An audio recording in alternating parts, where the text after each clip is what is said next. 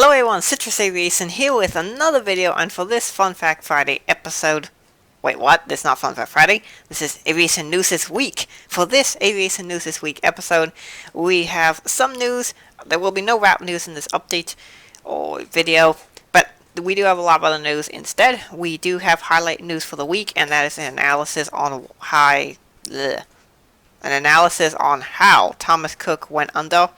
So Thomas Cook went under because of financial debt. They were unable to pay their debt and they literally ran out of money. That's why they just suddenly disappeared. Now, of course, there were signs for a long time that the airline was struggling. The airline has been posting losses for almost 20 years, believe it or not. And a while ago, there was a bailout program which they were given to basically bail them out, and a recovery program was put in place to help them recover. However, the airline has not recovered, and they failed to secure the necessary funds to continue operation, and then they literally just ran out of money. So, RIP Thomas Cook. The airline is now doomed as a result, and it's just really two things, I think. One, the extremely competitive market, that is the discount travel market, and the second one is poor financial decisions. The airline has not been very good financially, and I mean, if you continue posting losses for 20 years and you're clearly not able to make a recovery, which is clearly not just circumstances, the airline is clearly at fault for some of that, or most of it in my opinion. I'm still going to stick to my guns and say that Norwegian Air Shuttle will be the next airline to go under. That's what I said back in July, I think it was, when I did part of my aviation news this week on who I think will be the next airlines to go under.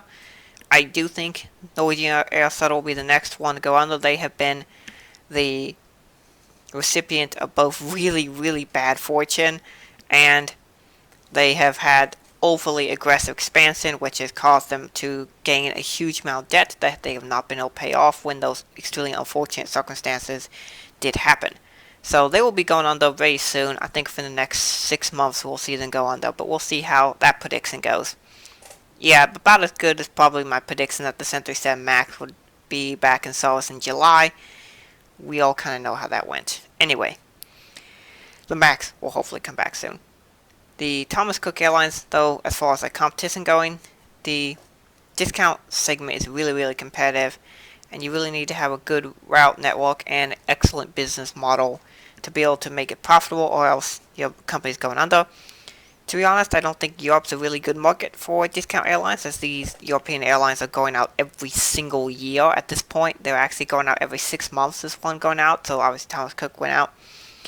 And then Wow Air went out a little while ago. Monarch went out a couple years ago.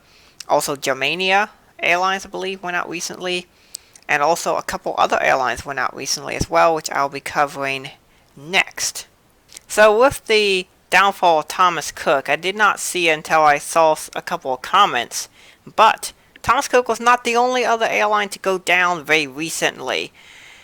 There were 2 other airlines that also went down, and this picture here is of an Adria Airlines CRJ-900, and this airline also went down. They went down at the very end of September. I believe it was the final day of September, which I believe was the 30th of the month. Adria Airlines also went out of existence. I do not know what the cause for their going under was. They were a regional jet carrier, and they were an EU airline. They were mostly based in like Eastern Europe, but I'm not exactly sure why they went under. They didn't have any, signs that I saw going under, but yeah, they went under. They had CRJ-900s, CRJ-1000s, some others, RJs, and they had some A319s. So the next airline that just went under is an airline called XL Airways France. This airline just went under, rebranded only a few months ago, maybe about 6 months or so ago. I know I didn't cover it, but I didn't think it was too significant, to be honest. But the airline had the rebranding, and they operated A330-200s, A330-300s, and they even got an A350, if I'm correct. Or was that French Blue? The airlines looked basically the same. Anywho, This airline went under, and they're also gone. They also went out, I believe, at the end of September, on the 30th of September, so they went bankrupt as well. So that's 2 more airlines that went bankrupt. So we're now 3 airlines going bankrupt, all within about a week of each other, which is really, really sad. So the European market, as I said, is a very, very difficult place to have a discount airline at, and as we've seen these airlines going down, as I suspect that Norwegian Air Shuttle will be the next airline to go down, but we'll just have to see how that guess goes. So after that kind of really, really sad main headline news, we move on to the photos of the week, and the first one is an airline's net picture of November 206 NN, departing Los Angeles International Airport, taken on the 7th of November 2017. It was at the time a brand new CRJ-170-200 LR. This aircraft taken off runway 25, right? And you can see why, because here you can see the entrance to runway 25 left 7 right as it's departing, and then you can see a CRJ 200 with a drunk parking job waiting to turn onto runway 7 left 25 right. Yes, that actually looks like what one of my models might look like parked at an airport. Anywho, the other great picture from the week that I found is of this aircraft, November 3267 Golf. It is an Aerocell Texan T6 from the Aerocell team, and Aerocell is a demonstration team that they are currently sponsored with Cell, which is a fuel company. They particularly do gasoline and fuel for cars and aircraft and other motorized engines, and they have their own flight demonstration team. And this is a picture of them that was taken on the 15th of June 2019. I also saw them at the Central Iowa Air Show. I have the day 1 footage if you want to go watch that video, and I want to pump out the day 2 video soon, but obviously that's a huge file, so it might be a bit before I get that video out simply because of storage problems. But if you're interested, there's the video that I have of the first day. They had a great demonstration. These things make a really tremendous roar. This picture is showing the aircraft at the very end of the show. They have this really cool thing where they put on their full smoke and they do a nice 360 and they smoke up the area, and it looks really awesome, and they have the lights flashing. It's super cool. If you're ever at a show where they're demonstrating that, you should go check it out because it's totally worth it. So for fleet news, we do not have any route news this week, but we do have a lot of fleet news. First, on the 29th of September, the very first 787-10 for the airline Saudi Arabian has sewn up. This aircraft is registered as Hotel Zulu-Alpha Romeo 24.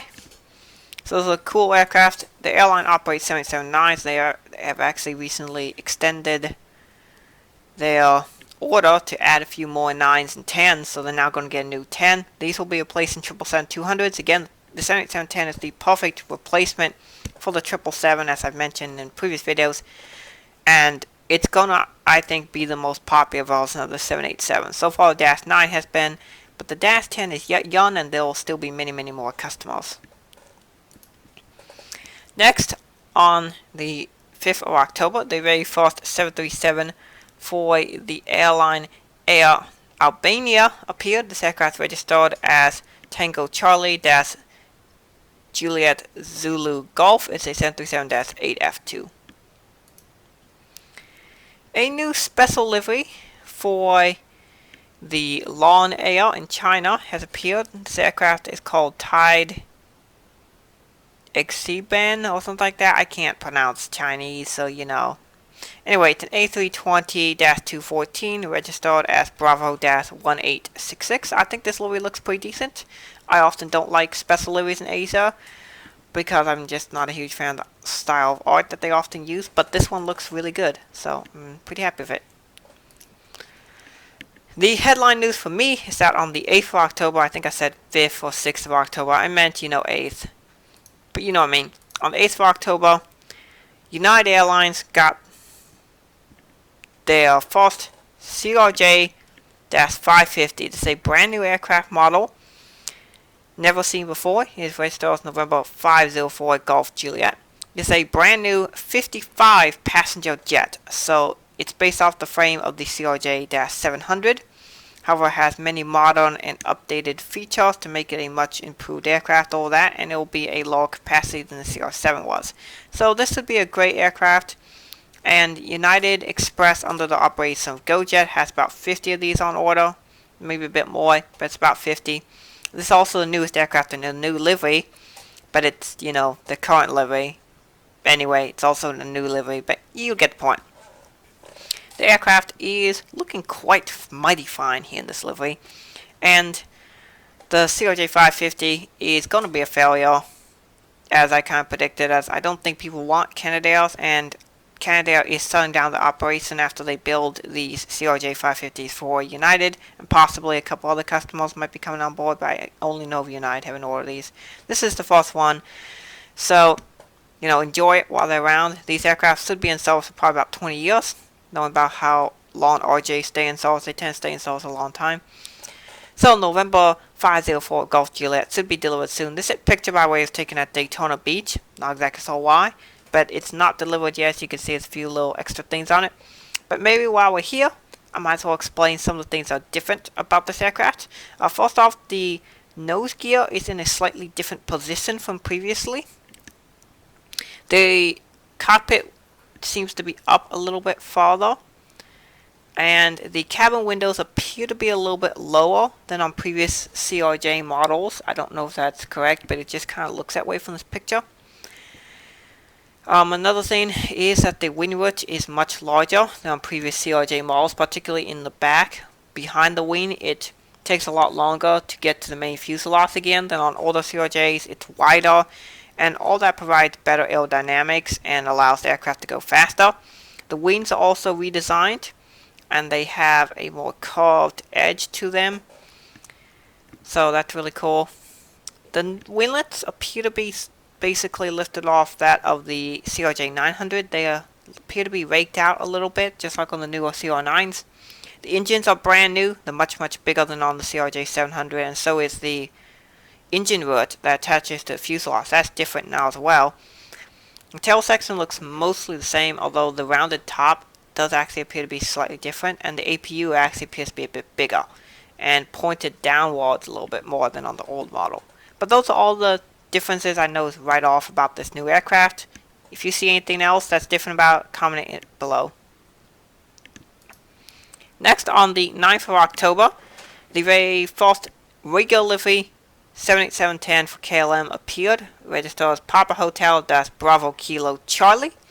Great looking aircraft, and I really like KLM's regular livery on this aircraft. I'm really surprised they didn't put a 100-year sticker on this aircraft, but that just proves the theory that I have that this is going to be just a temporary 100-year sticker thing, just like they did with the 95-year sticker. Will be around for 6 months, and then they'll just repaint the aircraft back into regular livery.